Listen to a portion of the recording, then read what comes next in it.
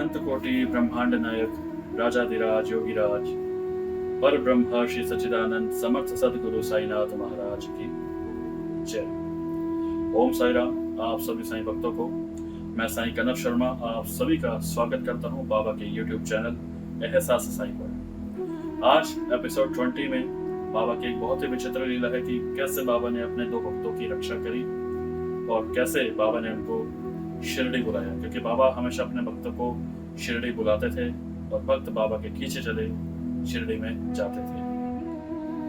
और मैं चाहूंगा कि एहसास साईं के YouTube चैनल को आप सब्सक्राइब करें, बेल आइकन को प्रेस करें ताकि आप बाबा की लीलाओं को सुन सकें। और एक सूचना मैं आप सभी को देने आया हूँ कि बाबा की लीला यानी कि एपिसोड 21 और आगे जितनी भी लीलाएं आएंगी अब वो साईं स्मरण की फेसबुक पेज पर ही रिलीज की जाएंगी, यूट्यूब पर नहीं। तो एपिसोड 21 जो होगा वो साईं स्मरण की फेसबुक पेज पर ठीक सुबह 11 बजे रविवार के दिन ही रिलीज किया जाएगा।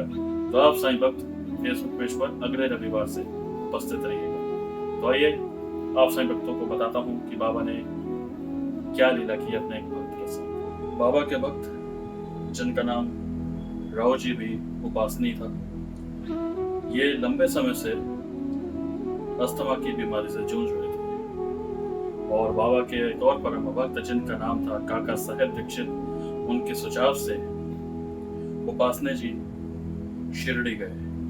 और जब वो शिरडी पहुंचे तो बाबा ने उन्हें देखकर कहा कि मुझे अच्छा लगा कि तुम यहाँ पर आ गए। और ये बात थी सन 1913 की। और बाबा ने उनको विभूति दी और आशीर्वाद दिया और कुछ समय के बाद वो ठीक हो गए, यानी कि उनकी अस्थमा की जो बीमारी थी वो ठीक हो गई और फिर उसके बाद वो अपने घर को लौट गए। लेकिन उनका जो बेटा था वो सन 1913 के मार्च के महीने में उसको इतना तेज बुखार हुआ कि जो ठीक नहीं हो रहा था और ना ही वो बुखार उतर रहा था। डॉक्टर ने भी हाथ खड़े कर दिए और अब ये हो गया कि उपासने जी और डॉक्टर वही अपने बेटे के सामने बैठ गए, क्योंकि उनका बेटा जो था वो बिस्तर पर लेटा हुआ था और वो अब उनके पास कोई चारा नहीं था। वो यही इंतजार कर रहे थे कि कब उनके बेटे के प्राण निकल जाए, क्योंकि डॉक्टरों ने भी हाथ खड़े कर दिए थे। तो लगभग रात्रि 2 बजे का समय होगा। उपासने जी उस कमरे से जहाँ पे उनका बेटा था वहां से एकदम घबराहट से वो बाहर आए और वरांडे में जाकर बैठ गए। और बैठे बैठे उनकी एकदम से आंख लग गई। और जब उनकी आंख लग गई तो बाबा का सपना उनको आया। बाबा ने उनको सपन दिया और बाबा ने उनको यह सपन दिया। वो क्या देखते हैं सपने में कि बाबा उनके बेटे के माथे पर विभूति लगा रहे हैं और उपासनी जी के आगे बाबा खड़े हैं और बाबा पलटकर उनको ये बोलते हैं कि घबराओ मत, तुम्हारा बेटा 2 घंटे के बाद ठीक हो जाएगा और जब ये ठीक हो जाएगा तो इसको तुम मेरे पास लेकर आना और मेरे दर्शन करवाना। और जब अचानक से उपासने जी की नींद टूटती है, राव जी उपासने जी की नींद टूटती है, तो जो बाबा ने सपने में उनको कहा था ना वही चीज हुई। यानी कि ठीक 2 घंटे के बाद जो उनका बेटा था वो धीरे धीरे ठीक होता जा रहा था। लेकिन ये देखकर डॉक्टर बहुत हैरान हुए और बहुत ही शॉक्ड हुए, क्योंकि डॉक्टर ने ऑलरेडी उम्मीद हार दी थी कि वो ठीक हो पाएगा उनका बेटा। और ठीक 3 दिन के बाद उपासनी जी को एक पत्र मिला श्यामा जी के द्वारा और उस पत्र में ये लिखा था। श्यामा जी ने सबसे पहले तो ये लिखा कि ना मैं आपको जानता हूँ और ना ही मैंने कभी इस रूट पर पत्र भेजा है और ना ही मुझे इस रूट के बारे में यानी कि मुझे इस डायरेक्शन के बारे में पता है, लेकिन बाबा ने मुझसे यहाँ कुछ लिखने को कहा है तो वो मैं आपको बता देता हूँ। बाबा ने कहा पत्र में कि मैं तुम्हारे मित्र के गांव गया था धुलिया। तो तब श्यामा जी ने बाबा से पूछा कि कौन सा दोस्त, कौन सा मित्र। तो बाबा ने उत्तर दिया कि उपासनी बालाकृष्ण राव जी, ये इनका पूरा नाम था। और बाबा ने ये बहुत ही स्पष्ट शब्दों में कहा था और श्यामा जी ने यही कहा था कि बाबा के द्वारा ही आपको पत्र भेजा है। बाबा ने ही कहा है कि उनको एक पत्र भेजो और ये सब मैंने ही लिखा है, यानी कि बाबा ने ही श्यामा जी से ये लिखवाया है। और पत्र के बाद, यानी कि पत्र मिलने के बाद ठीक 15 दिन के बाद वो पूरा परिवार, यानी कि उपासनी जी, उनकी पत्नी और उनका बेटा जो है बाबा की नगरी शिरडी को रवाना हुए और सुबह सुबह अर्ली मॉर्निंग वो कोपर गांव उतरे और कोपर गांव उतरने के बाद उन्होंने गोदावरी में जाकर स्नान किया। और जब उन्होंने गोदावरी में स्नान किया, क्योंकि गोदावरी नदी बहुत पवित्र मानी जाती है, श्री साईं सचित्र में भी कितनी बार दर्शाया गया है कि हम कोई सा भी उस पाठ करते हैं, यानी कि उस समय जो बाबा के भक्त थे, बाबा के दर्शन करने से पहले गोदावरी तट पर नहाया करते थे। और आपने कथा भी सुनी है, मेघा की कथा, जो गोदावरी का जल लेकर आया था जब उन्होंने बाबा को स्नान करवाया था। तो वो गोदावरी में ही स्नान कर रहे थे, लेकिन जो उन्होंने टांगा बुक किया था वो लेट हो गया था।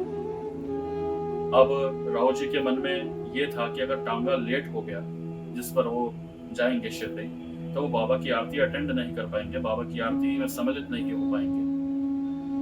अब बाबा तो अंतर्यामी हैं, बाबा को तो सब पहले से ही पता चल जाता है। तो बाबा ने श्यामा से कहा कि श्यामा, अभी आरती जो है थोड़ी देर के लिए रोक दो, तुम्हारा एक मित्र आ रहा है और उसकी दिली इच्छा है कि वो आरती करे। इतने में ही राव जी, उपासनी राव जी और उनका परिवार द्वारका माई पहुंचा। और जैसे ही वो द्वारका माई पहुंचे और आरती शुरू हो गई। और जब आरती शुरू हुई तो बाबा ने उनके बेटे को बुलाया और उनके बेटे को कहा कि क्या तुम्हें मेरी विस्मृति हुई, यानी कि क्या तुमने मेरे दर्शन किए, क्या तुमने मुझे पहचाना। जब ये उन्होंने सुना, यानी उनके बेटे ने सुना और उपासनी जी ने भी जब ये बात बाबा की सुनी, तो वो दोनों ही बाबा के चरणों में नतमस्तक हुए, क्योंकि जो सपन उन्होंने देखा था बाबा ने यही रियलाइज करवाया था कि वाकई में बाबा आए थे और वाकई में बाबा ने उनके माथे पर, यानी कि उनके बेटे के माथे पर विभूति लगाई थी और बाबा ने भी उनके बेटे की रक्षा करी। क्योंकि देखिए, उपासनी जी भी अस्थमा से कितने पीड़ित थे, लंबे समय से बीमारी उनकी चल रही थी और बाबा ने कैसे उनकी बीमारी को दूर करा, अपने दर्शन देकर, विभूति देकर। और बाबा ने भी उनके बेटे को भी जो है विभूति से ही माथे पर लगाकर रोग मुक्त किया।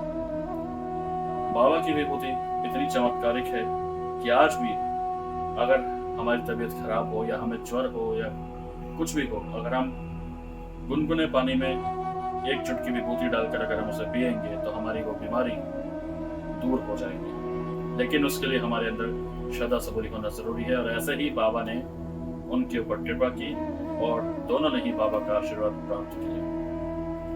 तो ये थी लीला आज की, बाबा की बहुत ही प्यारी और बहुत ही खूबसूरत, की कैसे बाबा ने अपने भक्तों की रक्षा करी, कैसे बाबा ने उनको शिरडी बुलाया। क्योंकि शिरडी जाने के लिए एक जरिया होता है, और वो जरिया इस कहानी में कौन थे? काका साहेब दीक्षित। उन्हीं की बदौलत ही उपासनी जी शिरडी पहुंचे।